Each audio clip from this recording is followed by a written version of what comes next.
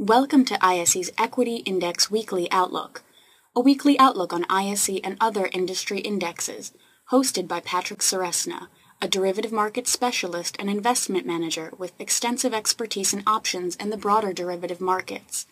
ISE trades options on more than 15 proprietary sector indexes, as well as broad-based indexes and a variety of licensed benchmarks. ISE continually enhances its trading systems and develops new index options products to provide investors with the best marketplace and investment tools to trade smarter. Hello and welcome to the ISE Equity Index Outlook for August 1st, 2011. This is Patrick Ceresna. As always, we start off with a chart of the S&P 500 using that spider exchange traded fund symbol SPY.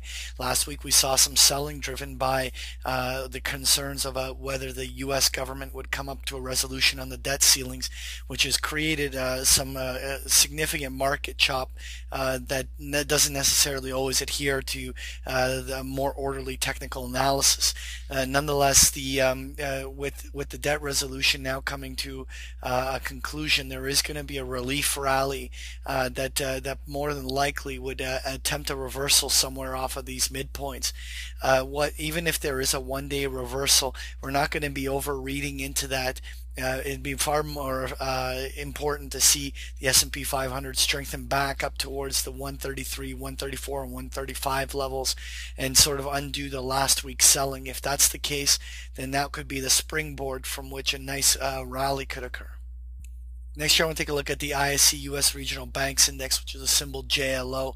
And essentially, we continue to have technical weakness here, but we're going to be watching very carefully right off the bat this week whether the strength that we see coming off the resolution of the U.S. debt ceiling, whether or not the regional banks can strengthen back above the 23.25 area, whereas the home of the highs prior to the crisis really kind of gaining steam.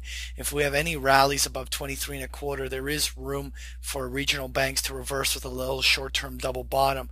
But unless we see that, the predominant trend continues to be weakness. Next year, I want to take a look at the ISE Index, which is symbol SIN. This is an index of all the casino, tobacco, and distiller companies. And essentially, we saw that a few days of selling on that pressure as well. And again, it will be very interesting to see is whether they can reverse it off the support line and attempt to break out to a higher high. Any breakouts above the 142 level that can sustain itself would open the window for a rally up to 145, 150 very easily. Next year, I want to take a look at the ISE Home Builders Index, which is a symbol RUF. And just like the regional banks, there continues to be predominant weakness in the home builders. We're coming up to that major support at this $8 area. We've now broken to lower lows. Very dangerous moment for the home builders. But again, if they're given a big boost off of the debt ceiling resolution, then we'll be watching for key reversals above the 875 level on the upside. But until we get above 875, recognize that there is technical weakness and a predominant downtrend that still remains in place. Next year, I want to take a look at the ISE Natural Gas Index, which is symbol FUM.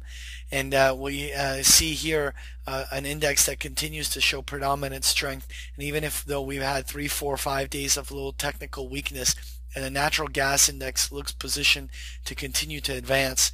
If the support at this 133, 135 holds, and we have any solid reversals, particularly anything that breaks above the 141 level, the window will open right up for the natural gas index to go to 150 up on the upside.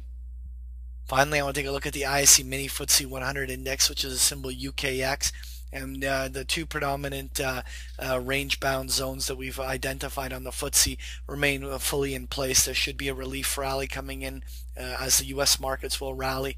But so long as the FTSE remains chopping sideways in these ranges, then we're going to look at it relatively neutral.